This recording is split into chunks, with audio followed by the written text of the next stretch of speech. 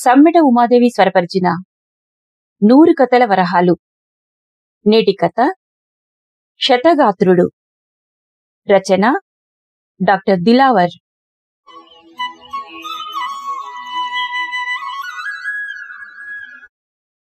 మా ఊరు కమలాపురం. పేరెంత ముద్దుగున్నదో ఊరంత ముద్దుగుంటది. మా ఊరిని జ్ఞాపకం చేసుకోవడం అంటే నన్ను నేను జ్ఞాపకం చేసుకోవటమే. మా ఊరు జ్ఞాపకం వస్తే చాలు నాకు ఒళ్ళు వాయి తెలవదు.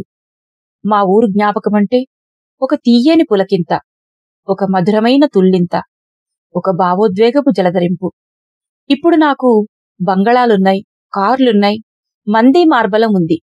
జీ హుజూర్ అంటూ చేతులు నులుముకుంటూ నా ఆజ్ఞల కోసం ఎదురుచూసే సేవక గణం ఉంది. నా అర్ధాంగి ఉంది. విదేశాల్లో స్థిరపడ్డ 2 కొడుకులున్నారు. డాక్టరమ్మ అయిన కూతురు ఉంది. ఇవన్నీ ఉన్న జీవితంలో ఇంకా ఏదో లేని వెలితి అలాగే ఉంది. ఆ అసంతృప్తి, ఏదో ఆరాటం బహుశా నేను మా ఊరికి దూరమైనందుకేనేమో.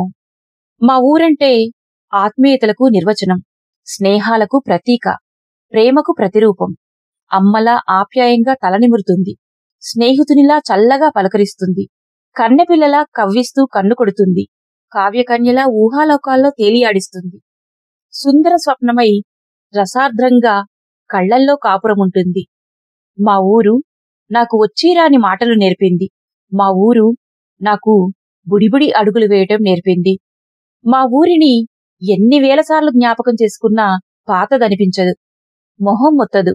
ప్రతిసారి కొత్త పెళ్లి కూతురిలా సిగ్గులొలకబోస్తూ జ్ఞాపకాల ముసుగు తొలగించి నా వైపు కొంటెగా తొంగి చూస్తుంది. మా ఊరు మామిడితోపులో గున్నమామిడి మీద కోయిలై నన్ను పిలుస్తుంది. తాటితోపులోని గేగై నన్ను ఊరిస్తుంది. చెరువులో బుడుంగున మునిగి తేలే బుడుబుంగై నాతో దోబూచులాడుతుంది. జామ చెట్టు మీద ఉడతై మనసుకు గిలిగింతలు పెడుతుంది. పచ్చని పంట పొలాల కొంగులో నన్ను దాచుకుంటుంది. ఈ అసంతృప్తి, ఈ తీరని దాహం, ఈ తపన, ఆవేదన అన్నీ మా ఊరు ఎడబాటు కలిగించిన విరహంలో నుంచి పుట్టినవే. అన్నిటికంటే మిన్నగా నా గుండెలో గూడు కట్టుకొని చెక్కు చెదరని కోటలా నిలిచింది నా బాల్యం. వెన్నెల కుప్పల్లాంటి, ఉప్పు బెర్రలాంటి, తొక్కుడు బిల్లలాంటి, ఎలాటలాంటి జ్ఞాపకాలే, బాల్యపు జ్ఞాపకాలే నా నరనరాల్లో ప్రవహించే ఉత్తేజమై నన్నింత చైతన్యవంతునిగా చేశాయి. నా బాల్య జ్ఞాపకాలే లేకుంటే ఈ పాటికి నా గుండె నెర్రలువారి బీటలు పడి ఎండిపోయి ఉండేది. ఈ మాత్రం నా గుండె కింద చెమ్మ మిగిలి ఉందంటే నా గుండె పొరల కింద అలలు అలలుగా ఊరే బాల్యపు జ్ఞాపకాల జలే కారణం. నా బాల్యాకాశంలో దేదీప్యమానంగా వెలిగిన తారలు ఒకరా ఇద్దరా? హనుమంతు, రోషిగాడు, రాజుగాడు, నారిగాడు, పొమ్మయ్య, ఇస్మాయిలు, అఫ్జలు, 2 జడల సీత, లక్ష్మి, కుమారి, ఎర్రమ్మ, వీళ్లంతా జిగేలమని ఎంతగా మెరిసిపోయేవారని, ఎంత కాంతిని నాలో నింపేవారని. చెప్పాను కదా, మా బాల్యం బంగారు బాల్యమని. రసోద్వేగభరిత ఆ బాల్య స్మృతులే లేకుంటే జీవితం చీకిపారేసిన మామిడి టెంకలా ఉత్త పిప్పిగా నిస్సారంగా మిగిలి ఉండేది.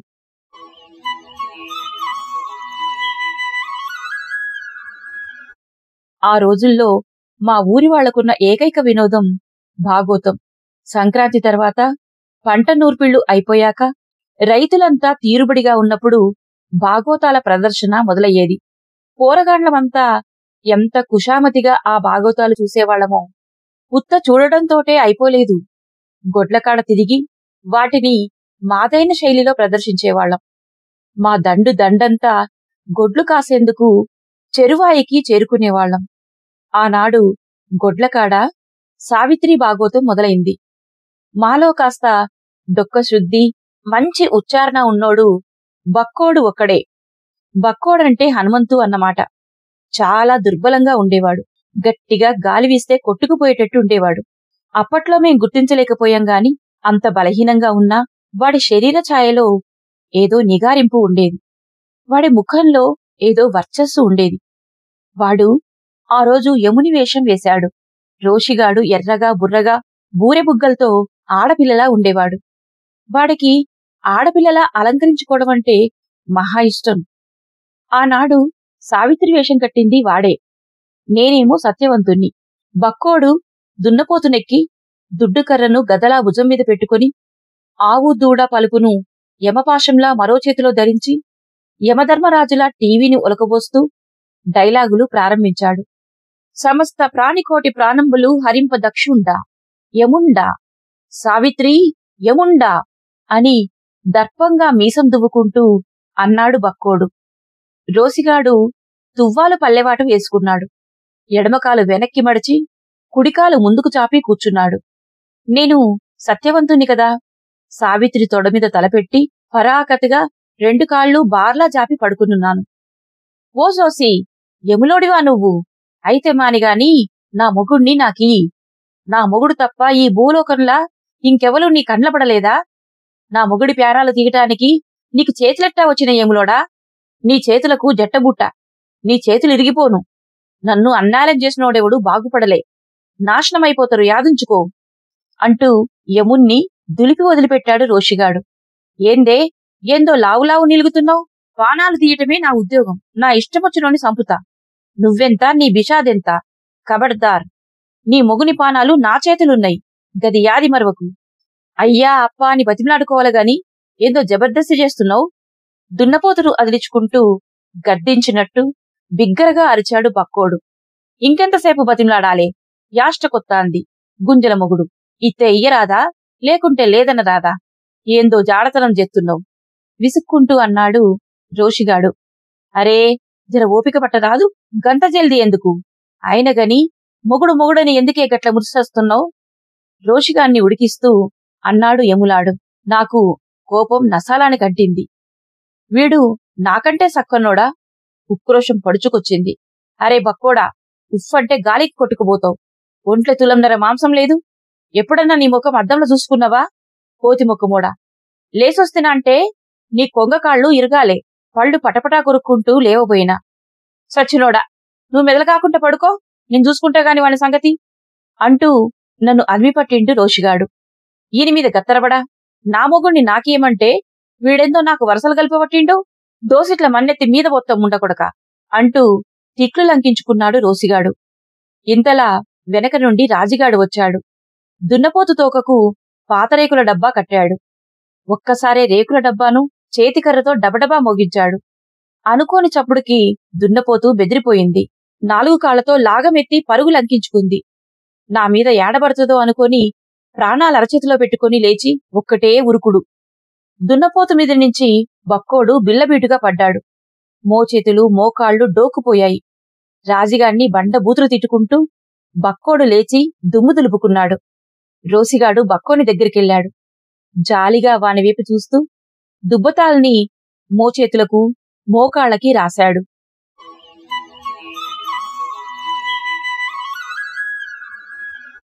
ఇక మా ఊరి చెరువు గురించి చెప్పాలి. కళ్ల నిండా తొనికిసలాడే కలలు నింపుకున్న నవయవ్వన సౌందర్యవతిలా ఉండేది చెరువు. మా ఊరి చెరువంటే నాకు ఓ రసరమ్య భావధారల సరస్సు, 1000 అలల ఊహల సంపంగి మాల. తన కెరటాల చేతులతో నిరంతరం మమ్ముల్ని ఆహ్వానించేది. నీటి యవ్వనంతో తొనికిసలాడుతున్నప్పుడు చూడాల దాని పోకిళ్లు. మిసమిసలాడే పచ్చని పంట పొలాలలో అలలు అలలుగా షికార్లు కొట్టి వచ్చేది. నల్లని నిదుర కళ్ల నిండా కలల చేపలతో తుల్లిపడేది. చందమామల్ని తన గుండెల మీద తేలియాడించేది. గుసగుసలిపోయే నీలాటి రేవు అందాలను తన లేత కెరటాలతో కొంటెగా తాకి పులకించిపోయేది.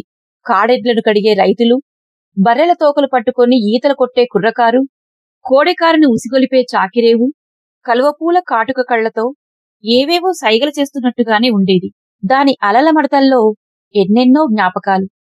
చెరువు దగ్గర గడిపిన బాల్యపు బంగారు రోజుల కాలాన్ని తన్నుకొని మనసు తీరంలో కెరటాలు కెరటాలుగా విరుచుకుపడుతున్నాయి. బక్కోడు, రోషిగాడు, రాజిగాడు, నారిగాడు, పొమ్మయ్య, ఇస్మాయిలు, అఫ్జలు, నేను ఉరకలు వేసే ఉత్సాహంతో చెర్లో పడేవాళ్లం. మా ఈతలతో కేరింతలతో అలల్ని అల్లకల్లోలం చేసేసేవాళ్లం.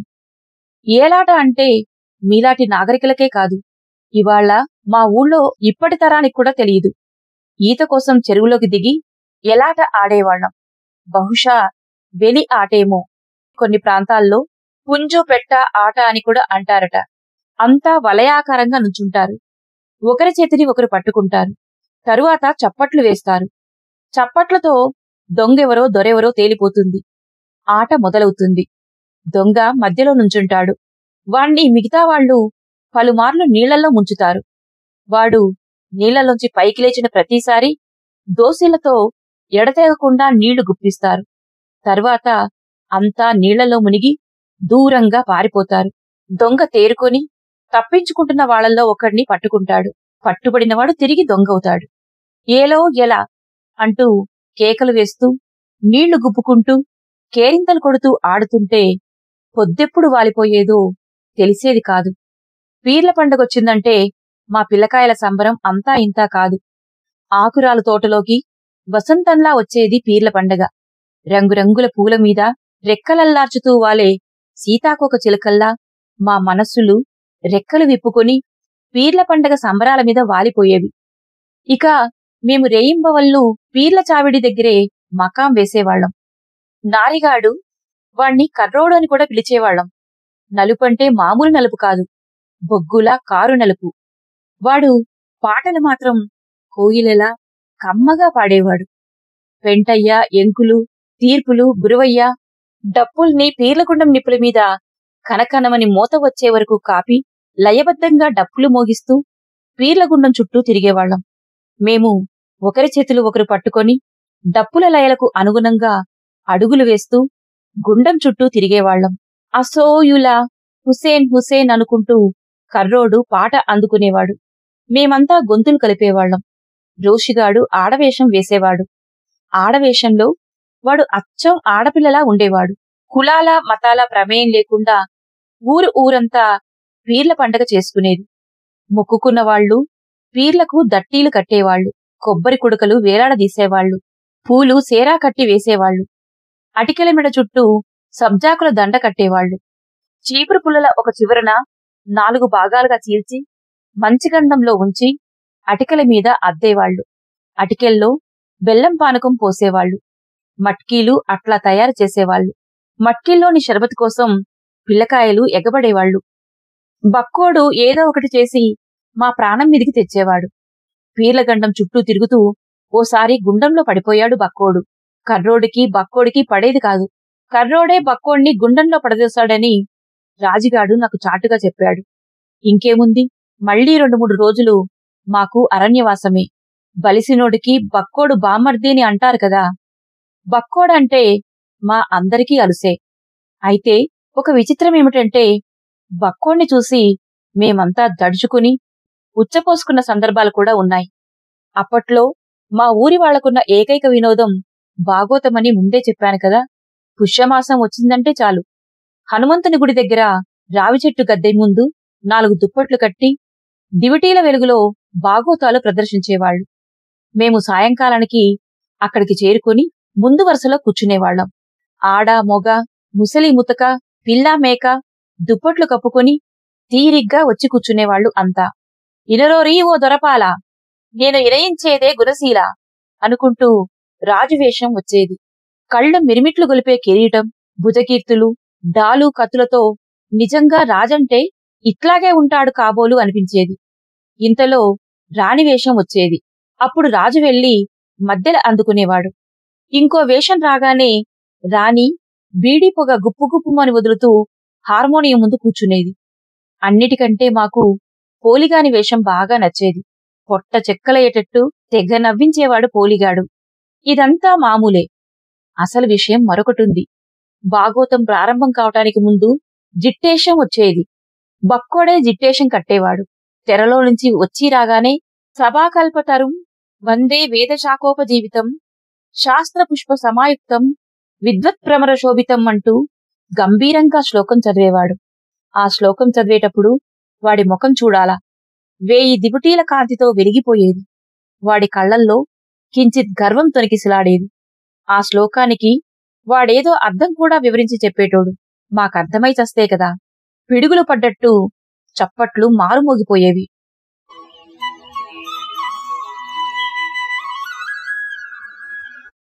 ఆ రోజుల్లో మా ఊళ్ళో బడి లేదు. మా ఊరికి 4 మైళ్ల దూరంలో ఉన్న డోర్నకల్లు వెళ్లి చదువుకోవాల్సిందే. నేను, కృష్ణమూర్తి, లక్ష్మయ్య, సైదులు, 2 జడల సీత పోను 4 మైళ్లు, రాను 4 మైళ్లు నడిచి బడికి వెళ్లేవాళ్లం. మేమంతా అఆల నుండి 10వ తరగతి వరకు క్లాస్మేట్స్మే. బక్కోని తండ్రి బాగోతుల లక్ష్ముడు. రాణివేషం కట్టేవాడు. కొడుకును ఎంచేత్తో సర్కారు బడికి పంపించలేదు. ఆయనకు సాంప్రదాయ విద్య మీద మక్కువ ఎక్కువ. కొడుకును తన ఇష్టానుసారమైన బాటలోనే నడిపిస్తున్నాడు. ఓసారి నేను సావాసగాళ్లను కలిసేందుకు రావిచెట్టు గద్దెకాడికి వెళ్లాను. బక్కోడు, వాళ్ళ నాన్న బాగోతుల లక్ష్ముడు గద్దె మీద కూర్చుని ఉన్నారు. నవ్వుకుంటూ నేను వాళ్ళ దగ్గరికెళ్లాను. నన్ను ఎగాదిగా చూస్తూ, ఏం చదువుతున్నావు అని అడిగాడు లక్ష్ముడు. 10వ తరగతి అన్నాను ధీమాగా. 10వ తరగతి వెటకారంగా అన్నాడు లక్ష్ముడు. నేను బిత్తరపోయాను. నీతిశాస్త్రం వచ్చునా? నా కళ్లల్లోకి సూటిగా చూస్తూ మళ్లీ తనే అడిగాడు. అదేంటో తెలియక బుర్రగొక్కున్నాను. అరే హనుమంతు, ఈయనకు నీతిశాస్త్రం కూడా రాదట. 10వ తరగతి వరకు చదువుతున్నట్ట. ఆయన గొంతులో హేళన. బక్కోడు కిసుక్కుని నవ్వాడు. నాకు లోలోపల మండుకొస్తున్నది. ఒరే బక్కోడా, నువ్వు ఒంటరిగా కలువు, అప్పుడు చెబుతా నీ సంగతి అనుకుని మనస్సులోనే పళ్ళు పటపట కొరుక్కున్నాను.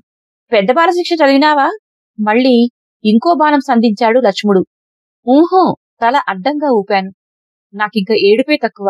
దాశరథి శతకం, భాస్కర శతకం, శ్రీకాళహస్తీశ్వర శతకం, సాలెగుళ్లలా ప్రశ్నల పరంపర. ఆ సాలెగుళ్లలో చిక్కుకున్న పురుగులా ఉక్కిరి బిక్కిరవుతూ నేను. మా వాడికి 100 శ్లోకాలు కంఠోపాఠంగా వచ్చు తెలుసా? అంటే మా హనుమంతు పండితుడన్నమాట. శతశ్లోకేనా పండితః అన్నాడు గర్వంగా. నాకంతా అయోమయంగా ఉంది. ఏమి చేయటానికి పాలుపోవడం లేదు. బిక్కమొహం వేశాను. నా పరిస్థితి చూసి తండ్రి కొడుకులు పడి పడి నవ్వుతున్నారు. నాకు ఒళ్లంతా దిగచెమటలు పట్టాయి. మనస్సు అవమాన భారంతో తుకతుకా ఉడికిపోతున్నది. తలంచుకొని మెల్లగా అక్కడ్నుంచి జారుకున్నాను. మా వీధి చివరలో 2 జడల సీత ఉండేది. ట్రంకు పెట్టెలో దాచుకున్న గంధపు చెక్కలా ఇప్పటికీ నా గుండెలో ఆ పిల్ల జ్ఞాపకాలు గుబాలిస్తూనే ఉన్నాయి. సీత మోతుబరి రైతు బాబయ్య కూతురు. గులాబీ రేకుల్ని, మల్లె రేకుల్ని, మంచి గంధాన్ని మెదిపి అందులో అమృతం కలిపి ఆ మిశ్రమంతో సీతను తయారు చేసి ఉంటాడు ఆ బ్రహ్మ. బంగారు తీగలా మెరిసిపోతూ ఉండేది. మా కోసం దివి నుండి భువికి దిగివచ్చిన దేవకన్యలా ఉండేది సీత. నాకు తెలియకుండానే నా మనస్సులో సీతంటే గొప్ప ఆరాధన ఏర్పడింది. గంటలు, రోజులు, నెలలు, సంవత్సరాల తరబడి ఆమెను అలా చూస్తూ ఉండిపోవాలనిపించేది. బక్కోడు వినసొంపుగా శ్లోకాలు చదువుతాడు కదా, అంచేత సీత బక్కోడ్ని బాగా అభిమానించేది. మెచ్చుకోలుగా వాడివైపు చూసేది. బక్కోడి మీద అసూయ పెరగడానికి పరోక్షంగా సీత కారణమైంది. అంతకంతకు నాలో మాత్సర్యం పెనుభూతంలా పెరిగిపోతున్నది. బక్కోడ్ని ఎలా దెబ్బతీయాలా అని రేయింబవళ్ళు ఒకటే ఆలోచనలు. సీత దృష్టిలో పడటానికి ఆమెకిష్టమైన పనులు చెయ్యాలని నిర్ణయించుకున్నాను. సీత కోసం నేను నీతిశాస్త్రం వల్లవేయాలనుకున్నాను. ఒకరోజు బక్కోని దగ్గరికెళ్లాను. ఒరే హనుమంతు, ఓ 2-3 రోజులు చదువుకొని తిరిగి ఇచ్చేస్తాను, నీతిశాస్త్రం ఇవ్వరా అని అడగలేక అడిగాను. వాడు అదో మాదిరిగా నా వైపు చూశాడు. పుస్తకం వనిత విత్తం పరహస్తం గతం గతః అథవా పునరాయతి జీర్ణః భ్రష్టాచకండః అని ఓ శ్లోకాన్ని వినిపించి పకపకా నవ్వాడు. వాడు ఆ శ్లోకంతో ఏం చెప్పాడో ఏమో తెలీదు. మొత్తం మీద నా కోరికను తిరస్కరించాడని మాత్రం గ్రహించాను. మెల్లగా అక్కడ్నుంచి వెళ్లిపోయాను. ఆ రోజు నేను, రాజుగాడు, పొమ్మయ్య, రోసిగాడు, ఇస్మాయిలు, అఫ్జలు రావిచెట్టు గద్దె దగ్గర బొంగరాల ఆట ఆడుకుంటున్నాం. నారిగాడి ఇంట్లో నుంచి ఒక్కసారే పెద్దగా గొల్లున ఏడ్చిన శబ్దం వినిపించింది. ఏంటబ్బా అనుకుంటూ అంతా అక్కడికి పరిగెత్తాం. గొడ్ల కొట్టంలో బలంగా ఉన్న దుక్కిటెద్దు వెల్లకిలా పడి ఉంది. దొమ్మరోగం వచ్చి ఎగరొప్పుతూ తన్నుకుంటూ నిమిషాల్లో ప్రాణం విడిచిందట. ఆడవాళ్లు పెద్ద పెట్టున ఏడుస్తున్నారు. నారిగాడు కూడా వెక్కి వెక్కి ఏడుస్తున్నాడు. మేమంతా వాణ్ణి ఓదార్చే ప్రయత్నం చేస్తున్నాం. ఎక్కడ్నించో బక్కోడు కూడా వచ్చాడు. అక్కడి దృశ్యం వాణ్ణి బాగా కదిలించినట్టుంది. పశువులు, భార్యలు, కొడుకులు, ఇండ్లు రుణానుబంధం ఉన్నంతవరకే ఉంటారు. రుణం తీరిపోగానే వెళ్లిపోతారు. దానికోసం విచారమెందుకు? రుణానుబంధ రూపేణ పశుపత్ని సుతాలయ అంటూ హనుమంతు ఆడవాళ్లను ఓదారుస్తున్నాడు. ఎంత సానుభూతితో, ఎంత పెద్దరికంతో వాడు ఓదారుస్తున్నాడో మాత్సర్యపు పొరలు కమ్మిన మాకు అర్థం కావడం లేదు. ఎద్దు చచ్చి వాళ్లేడుస్తుంటే మధ్యలో వీడి శ్లోకాల గోలేమిటి? వీణ్ణి గొంతు నులిమి నోట మాట రాకుండా చంపేస్తే బాగుండునన్నంత కసి పుట్టుకొస్తున్నది లోపట్నుంచి. కొరకొర వాడివైపు చూస్తూ అక్కడ్నుంచి వెళ్లిపోయాం. రంజాన్ వచ్చిందంటే ఇస్మాలు, అఫ్జలు వాళ్ళింట్లో సందడే సందడి.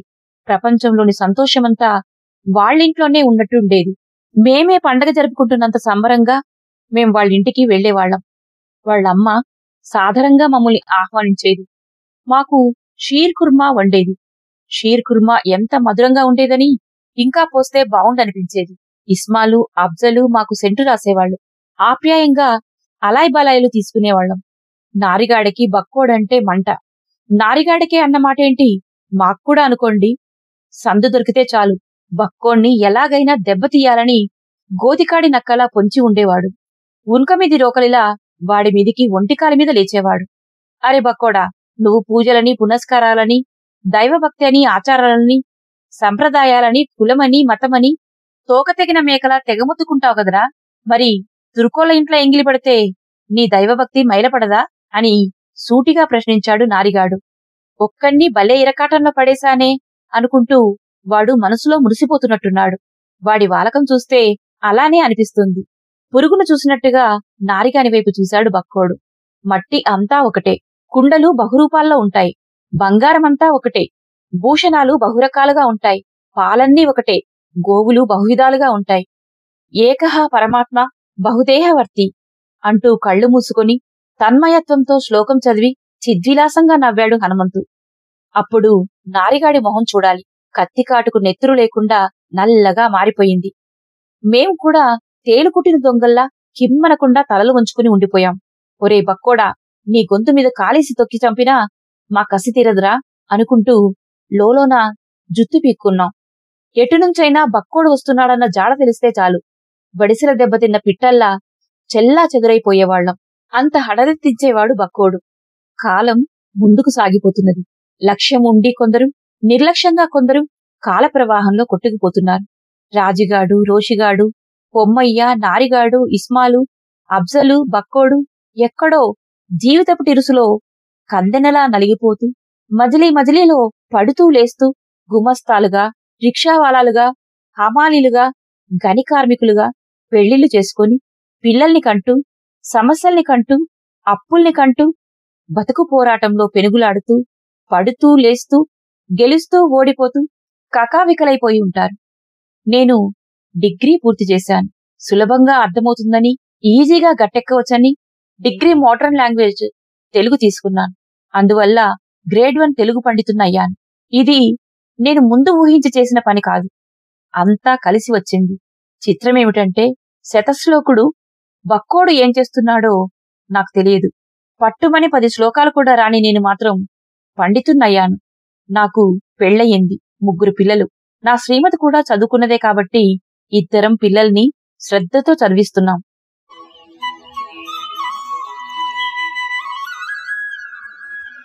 చాలా రోజుల తర్వాత నా మనస్సు మా ఊరి వైపు మళ్ళింది. అనుకున్నదే తడువుగా మా ఊరికి వెళ్ళాను. 30 సంవత్సరాల తర్వాత నేను నడిచిన నేల, ఎక్కిన కొండలు, తల్లివాసన కొట్టే మట్టి, నేను శ్వాసించిన గాలి, ఆశ్రయమిచ్చిన ప్రతి చెట్టు పుట్ట, నాతో ఆడుకున్న ఏరు, మా అల్లరిని భరించిన మా చెరువు, ఆనందాల్ని పంచుకున్న ఆకాశం అన్నీ నేనెరగనట్టుగా, నాకపరిచితమైనట్టుగా, కొత్తగా, వింతగా కనిపిస్తున్నాయి. చిన్ననాటి నా సావాసగాళ్లంతా పొట్టచేత పట్టుకొని పట్నాలకు వలసపోయారని, హనుమంతు మాత్రం ఇంకా ఈ ఊళ్ళోనే ఉన్నాడని తెలిసింది. నాకు ప్రాణం లేచి వచ్చినట్టయింది. కనీసం వాణ్ణైనా చూద్దామని హనుమంతు ఇంటికి వెళ్ళాను. ఇల్లు మునుపటిలా కళగా లేదు, బావురుమంటున్నది. ఇంటి చుట్టూ ఉన్న మొండిగోడలు మా ఊరి పరిస్థితికి అద్దం పడుతున్నాయి. ఇంటి పైకప్పు జారి ఒక పక్కకు ఒరిగిపోయి ఉంది. ఏదో పుస్తకం చదువుతూ నులక మంచం మీద వెల్లకిలా పడుకుని ఉన్నాడు హనుమంతు. నేను వచ్చిన అలికిడికి లేచి కూర్చున్నాడు. చింపిరి జుత్తు, అగాధాల్లా లోతుకుపోయిన కళ్ళు, గుబురుగా పెరిగిన గడ్డం, మాసిపోయి చిరుగులు పట్టిన చొక్కా, జీవితంతో విసిగి వేసారి బాగా అలసిపోయినట్టు కనిపిస్తున్నాడు. లోపల భార్య కాబోలు జావో అంబలో కాస్తున్నట్టు ఉంది. 2-3 పిల్లకాయలు లోపలికి బయటికి పరుగులు తీస్తున్నారు. హనుమంతు సంతానమేమో. హనుమంతు భార్య ఉన్న అర్రలో నుంచే ఓ పక్క నుండి కళ్ కల్మంటూ దగ్గు వినిపిస్తున్నది. నన్ను చూసి, మీరా బాబుగారు, ఎప్పుడొచ్చారు? రండి, కూర్చోండి అంటూ ఆప్యాయంగా పలకరించాడు హనుమంతు. నాకు ప్రాణం చివుక్కుమన్నది. వీడేంటి గారు గీరు అంటూ నన్ను దూరం చేస్తూ పలకరిస్తున్నాడు? చిన్ననాటి స్నేహాలు అప్పుడే మర్చిపోయాడా వీడు అనుకుంటూ మంచం మీద కూర్చున్నాను. వాడి పరామర్శకు నేనేమీ బదులు చెప్పలేదు. కొంచెంసేపు అటూ ఇటూ కలయి చూశాను. చివరకు నా చూపులు వాడి చేతిలోని పుస్తకం మీద నిలిచాయి. శ్రీమద్ భగవద్గీత. శతకాలు అయిపోయాయి. నీతిశాస్త్రం అయిపోయింది. గీతాపారాయణం మొదలుపెట్టాడన్నమాట. వీడేం మారలేదు. ఇక ముందు మారడు కూడా అనుకున్నాను. నాకు చిర్రెత్తుకొస్తున్నది. అరే హనుమంతు, ఏంట్రా ఈ వేషం? చిరిగిపోయిన గుడ్డలేంటి? మాసిపోయిన గడ్డమేంటి? ఈ అవతారమేమిటి అన్నాను అసహనంగా. ఎట్లా ఉండేటోడు ఎట్లా అయ్యాడు అనిపించింది నాకు. సమాధానంగా గుంబనంగా ఓ చిరునవ్వు నవ్వి ఊరుకున్నాడు హనుమంతు. ఏం చేస్తాం బావయ్యా, మా బతుకులే చిరిగిపోతున్నాయి. ఇక వస్త్రాదేముంది? రోజులు మున్పటోలుగా లేవు బాబయ్యా. బాగోతాలాడిచ్చేవాళ్ళు లేరు. మునుపటి లెక్క కలలను ఆదరించేవాళ్ళు లేరు. ఈ సినిమాలు టీవీలు వచ్చి మా కడుపు కొడుతున్నాయి బాబయ్యా. లోపల నుంచి మాట్లాడుతున్నాడు లక్ష్ముడు. అతని గొంతు నూతిలోంచి వినపడుతున్నట్టుగా పీలగా బలహీనంగా ఉంది. నేను నిలువునా నీరయ్యాను. రావి చెట్టు గద్దె నుంచి నన్ను ముప్పతిప్పలు పెట్టి 3 చెర్ల నీళ్లు తాగించే ప్రశ్నలు సంధించిన లక్ష్ముడేనా ఇతడు అనిపించింది. నిజమే మరి. బాగోతాలు, తోలుబొమ్మలాటలు, హరికథలు, బుర్రకథలు, పిచ్చకుంట్ల ఒగ్గు కథలు, ఎల్లమ్మ కథలు, పాండవులోళ్ల కథలు, జానపద కళలన్నీ దాదాపుగా కనుమరుగవుతున్నాయి. పాప్ షోలు, రియాలిటీ షోలు, హాలీవుడ్ సినిమాలు, పబ్బులు, క్లబ్బులు, నగ్న నృత్యాలు, డ్రగ్స్, తాగుడు, ఈ సాంస్కృతిక విధ్వంసం ఏ నవనాగరికత నిర్మాణానికి? నా మనసు వికలమయ్యింది. హనుమంతు, ఏమీ అనుకోకుండా ఇది ఉంచు అని 500 రూపాయల నోటు తీసి హనుమంతుకు ఇవ్వబోయాను. హనుమంతు ఏమాత్రం తొనకలేదు. మళ్లీ అలాగే గుంబనంగా నవ్వి ఊరుకున్నాడు. చేతులు మాత్రం చాపలేదు. వీడెప్పుడు ఇంతే. ఎన్నడూ నాకర్థం కాలేదు. ఈ పాటి సానుభూతి చూపించారు. అది చాలు బాబయ్యా. మా బతుకులు ఒకరి జాలికి గురి కావటం మాకిష్టం లేదు. అయినా 1 రోజా 2 రోజులా? చచ్చేదాకా బతకాల కదా. ఎంతకాలమని ఒకరి కింద చేయి చాపుతాం చెప్పండి. ఏమనుకోకండి బాబయ్యా. కళ్ళు కళ్ళమని దగ్గుతూనే తాను చెప్పదలుచుకుంది నిర్మోహమాటంగా చెప్పాడు లక్ష్ముడు. వీళ్ళు విద్వత్ సంపన్నులే కాదు, అభిమానధనులు కూడా. ఒకరి సహాయ సహకారాలకు తలవొగ్గే రకం కాదు అనుకున్నాను. ఏదో అసంతృప్తి, ఏదో అశాంతి లోలోన తొలుస్తుండగా కలతబారిన మనస్సుతో అక్కడ్నించి కదిలాను. మా ఆవిడ కలిగిన కుటుంబం నుంచి వచ్చిన ఆమె. నా పంతులుగిరి జీవితం ఆమెనేమాత్రం సంతృప్తిపరచలేదని చెప్పాలి. పంతులు ఉద్యోగానికి రాజీనామా చేసే వరకు చెవినిల్లు కట్టుకుని పోరింది. ఆమె తెచ్చిన కట్నం డబ్బులు ఉండనే ఉన్నాయి. నగలు కూడా నా చేతిలో పెట్టింది. పుట్టింటి దగ్గర నుంచి వ్యాపార నిమిత్తం మరిన్ని డబ్బులు కావాలని అడిగి తెచ్చింది. వెంటనే భూదందాలోకి దిగాను. భూమి పెన్నిదయ్యింది. మట్టి బంగారమైంది. బాగా సంపాదించాను. శిలలను సజీవ శిల్పాలుగా మలిచే మానవీయ విద్య ఎందుకు కొరగానిదయింది. రాళ్లను రతనాలుగా సొమ్ము చేసుకునే మాయదారి విద్య బాగా వంటబట్టింది. ఉన్నదాంతో సరిపుచ్చుకోవడం మనిషి స్వభావానికి విరుద్ధం. ఎలాగూ డబ్బు నిషాను ఆస్వాదిస్తున్నాను. గుమ్మెత్తించే పదవీ నిషా కూడా తోడైతే ఆ మజాయే వేరు. అధికారం, డాబు, దర్పం అనుభవించాలని నాకన్నా మా ఆవిడే ఉవ్విళ్ళూరేది. ఇంకేముంది, మంచి తరుణం మించిన దొరకదు అనుకుని రాజకీయ రంగంలోకి త్వరలోనే ఆరంగేయటం చేశాను. చేతిలో డబ్బుంటే చాలుగాని అందని అందలమేముంటుంది. మున్సిపల్ కౌన్సిలర్ దగ్గర నుండి మొదలుపెట్టాను. తరువాత అనతి కాలంలోనే మున్సిపల్ చైర్మన్ అయ్యాను. అలా అంచెలంచెలుగా ఎదుగుతూ ఎమ్మెల్యేనయ్యాను. మగపిల్లలిద్దరూ స్టేట్స్ లో సాఫ్ట్వేర్ ఇంజనీర్లుగా స్థిరపడ్డారు. మా డాక్టర్ అమ్మాయికి డాక్టర్ అల్లుని చూసి పెళ్లి చేశాను. ఇప్పుడు నాకు బంగళాలున్నాయి, కార్లున్నాయి, మందే మార్బలం ఉన్నారు. జీ హుజూర్ అంటూ చేతులు నులుపుకుంటూ నా కనుసన్నల్లో నడిచే నౌకర్లున్నారు.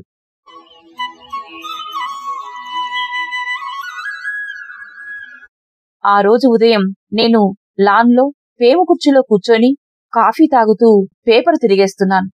అయ్యా, మీకోసం ఎవరో ఒక ఆడామె వచ్చారు, మీతో మాట్లాడాలట అంటూ సెక్యూరిటీ గార్డ్ వచ్చి చెప్పాడు. నమస్కారం అంటూ ఓ స్త్రీ వచ్చింది. తేరిపార చూశాను. బక్కపలచగా, ఒంట్లో రక్తం లేనట్టుగా పాలిపోయి ఉంది. ఏంటి అన్నట్టు చూశాను. బాబుగారు, నేను హనుమంతు భార్యను. మీ చిన్ననాటి సావాసగాడట తడబడుతూ భయం భయంగా అన్నదామె. పక్కనే బాంబు పడ్డట్టు అదిరిపడ్డాను నేను. హనుమంతుకేమైంది? ఎక్కడున్నాడు? ఎలా ఉన్నాడు? ఆందోళనగా ఆతృతగా ప్రశ్నించాను. ఉద్వేగంతో నా రక్తం ఎగబాకుతున్నట్టుగా అనిపిస్తున్నది. ఈ ఊళ్ళోనే ఉన్నాం బాబయ్య. హనుమంతు చావు బతుకుల్లో ఉన్నాడు సన్నగా ఏడుస్తూ అన్నదామె. ఆమె మాటలు పూర్తి కాకముందే డ్రైవర్, కారు తీ అని పెద్దగా అరిచాను. క్షణక్షణానికి నా టెన్షన్ పెరిగిపోతున్నది. గుండె వేగం హెచ్చుతున్నది. క్షణాల్లో కారు సిద్ధమైంది. ఆమెను కారులో కూర్చోబెట్టుకుని ఆగమేఘాల మీద బయలుదేరాను. దారిలో ఆమె హనుమంతు గురించి చెప్పింది. తినడానికి తిండి లేక ఆకలితో అలమటించి బాగోతుల లక్ష్ముడు చచ్చిపోయాడట. హనుమంతు భార్యాపిల్లలతో 20 ఏండ్ల క్రితం ఈ పట్టణానికి వలస వచ్చాడట. కూలీ లైన్లో చిన్న గుడిసెలో నివసిస్తున్నారట. హనుమంతు గిలేటు నగల వ్యాపారం మొదలుపెట్టాడట. వాయిదాలకు కట్టునగలిస్తే ఇచ్చేవాళ్లు ఇచ్చేవారట, ఎగవేసేవాళ్లు ఎగవేసేవారట. అయినా మొండిగా అలాగే కాలం నెట్టుకొస్తున్నారట. పులిమీద పుట్రలా హనుమంతుకు గొంతు క్యాన్సర్ సోకిందట. డబ్బులు లేక, చికిత్స లేక, మందులు లేక మరణశయ్య మీద ఉన్నాడట హనుమంతు. అస్తమానం నన్నే జ్ఞాపకం చేసుకునేవాడట. నా చిన్ననాటి సావాసగాడోని గర్వంగా చెప్పుకునేవాడట. మరి ఇన్నాళ్ళు ఇక్కడే ఉండి నన్నెందుకు కలవలేదమ్మా అన్నాను. నాకు హనుమంతు మీద చెప్పలేనంత కోపం వస్తున్నది. తన లేమితో దరిద్రంతో మిమ్మల్ని కలవడం ఆయనకిష్టం లేదు బాబయ్య. నేను ఆగర్భ దరిద్రుణ్ణి. వాడు కోట్లకు పడగెత్తిన కుబేరుడు. ఏ ముఖం పెట్టుకుని వాణ్ణి కలవగలను? కనీసం నా జ్ఞాపకాల్లోనైనా వాడు నేను సమాన స్థాయిలో ఉండని అనేటోడు బాబయ్య అని గద్గద స్వరంతో చెప్పింది. అరే అరే బక్కోడా, వెదవా, నన్ను కలవడానికి నీకంతరాలు అడ్డొచ్చాయా? అవునులే, అయినా నువ్వు గొప్ప అభిమానధనుడివి కదా. మేమే ఏమీ లేని ఉత్త బికారిగాళ్లం. ఒరేయ్, నన్ను ఓడించాలని నీకెందుకురా ఇంత పట్టుదల? నువ్వు అప్పుడు ఇప్పుడు మాకు అర్థం కాని చిక్కుముడివేరా అని మనసులో అనుకున్నాను. కారు హనుమంతు ఇంటికి చేరుకున్నది. గబగబా లోనికెళ్లాను. అసలే బక్కోడు కదా, రోగంతో మరీ సన్నబడ్డాడు. మంచానికి అతుక్కుపోయినట్టున్నాడు. హనుమంతూ అని పిలుస్తుంటే నా గొంతు వణికింది. నన్ను చూసి 2 చేతులెత్తి నమస్కరించాడు హనుమంతు. హనుమంతు, నన్ను గెలవటానికి ఇంత దొంగ దెబ్బతీస్తావని కలలో కూడా అనుకోలేదురా. నాకు తెలియకుండా ఇక్కడే ఇంతకాలం అజ్ఞాతవాసంలో ఉండడానికి నీకు మనసెలా ఒప్పిందిరా? ఎంత ఆపినా ఆగకుండా మనసులోంచి పొంగిపొర్లుతున్నాయి ఆలోచనలు. అసలు వాడు మాకెప్పుడు అర్థమై చచ్చాడని? మానవీయ భావాలతో, బుద్ధి వికాసంతో, ఎంతో పరిణితితో ఒక తత్వవేత్తలా జీవితాన్ని కాచి వడబోసిన సత్యాల్ని శ్లోకాల రూపాల్లో చెబుతుంటే మా ముద్దు మెదళ్లకెక్కిందా? తనకు తెలిసింది ఏదో చెప్పాలని నిరంతరం పెనుగులాడేవాడు. కాని చెప్పలేకపోయేవాడు. మాకు అర్థం చేయించలేక సతమతమయ్యేవాడు. మేము అర్థం చేసుకోవడానికి ప్రయత్నించిందీ లేదు. పైగా మేము ఎప్పటికప్పుడు వాణ్ణి హేళన చేస్తూనే వచ్చాం. వాడి శ్లోకాలకు జడుసుకుని దూరంగా పారిపోవడమే మాకు చేతనయింది. హనుమంతు, నువ్వు వినసొంపుగా శ్లోకాలు చదువుతుంటే హడలి చచ్చేవాళ్లం. కాని ఇవాళ హృదయం వైపు చెబుతున్నా, నీ నోట ఒక మంచి శ్లోకం వినాలనుందిరా అన్నాను అపేక్షగా వాడి కళ్లలోకి చూస్తూ. పశ్చాత్తాపం నా హృదయాన్ని ప్రక్షాళన చేస్తున్నదా? వాడు గొంతు విప్పి శ్రావ్యంగా శ్లోకాలు చదువుతుంటే మేము గాడిదల్లా ఓంట పెడుతూ పారిపోయేవాళ్ళం. ఇవాళ థ్రోట్ క్యాన్సర్తో వాడి గొంతు మూగబోయింది. నేనేమో శ్లోకం చదవమని కోరుతున్నాను. నా పైశాచిక మనస్తత్వానికి నా మీద నాకే అసహ్యం వేస్తున్నది. అగాధాల్లా ఉన్న హనుమంతు కళ్లలో అకస్మాత్తుగా సంతృప్తి తాలూకు గొప్ప వెలుగు తొనికిసలాడింది. బహుశా చాలా రోజుల తర్వాత సంతోషంతో వాడి ముఖం విప్పారి ఉంటుంది. పెచ్చులూడి ఉన్న మట్టిగోడకు దుమ్ము కొట్టుకుని చిరిగిపోయిన క్యాలెండర్ వేలాడుతున్నది. దాన్ని తీసుకురమ్మని భార్యకు సైగ చేశాడు హనుమంతు. ఆమె క్యాలెండర్ను బాగా దులిపి భర్త చేతికందించింది. హనుమంతు ఆ క్యాలెండర్లోని ఒక పేజీని సర్రున చింపాడు. పెన్ను ఇమ్మని నాకు సైగ చేశాడు. జేబులో నుంచి పెన్ను తీసి ఇచ్చాను. చింపిన కమ్మ వెనుక వైపు ఏదో రాసి నాకిచ్చాడు. ఒక చేత్తో నేను దాన్ని అందుకున్నాను. నా రెండో చేతిని తన చేతిలోకి తీసుకుని ఛాతీ మీద పెట్టుకున్నాడు హనుమంతు. వాడు ఏం రాశాడోనని చూశాను. జాతస్య హిద్రువో మృత్యుర్ధవం అన్న శ్లోకం రాశాడు. నాకు ఎప్పటిలాగే ఈ శ్లోకం కూడా అర్థం కాలేదు. హఠాత్తుగా వాడి చేతులు చల్లబడ్డట్టు అనిపించింది. వంగి హనుమంతుడి వైపు చూశాను. వాడు ప్రశాంతంగా కళ్ళు మూసుకొని శాశ్వత నిద్రలోకి జారుకున్నట్టున్నాడు. జీవితం వాణ్ణి తరిమి తరిమి కొట్టింది. క్షణక్షణం వంచింది. అడుగడుగునా గాయపరిచింది. జీవితం వాడి పాలిట పద్మవ్యూహం అయింది. నెత్తురోడే గాయాలతో ఆ పద్మవ్యూహంలో శతగాత్రునిలా నిలబడ్డాడే తప్ప ఆ పద్మవ్యూహాన్ని ఛేదించే ప్రయత్నం చేయలేదు. తనకు ప్రాప్తించిన జీవితాన్ని తృణీకరించనూ లేదు. చీకటి వెలుగుల మధ్య, అజ్ఞాన జ్ఞానాల మధ్య, గెలుపు ఓటముల మధ్య, జీవ నిర్జీవాల మధ్య కనిపించి కనిపించకుండా సన్నగా ఉన్న దారమేదో పుటుక్కున తెగిపోయినట్టు అనిపించింది. ఈ ద్వంద్వాలకు అతీతంగా వాడేదో అద్వైత స్థితిని పొందినట్టున్నాడు. నా కనుకొనల్లో నుంచి అప్రయత్నంగా 2 కన్నీటి బిందువులు జారి హనుమంతు శరీరం మీద పడ్డాయి.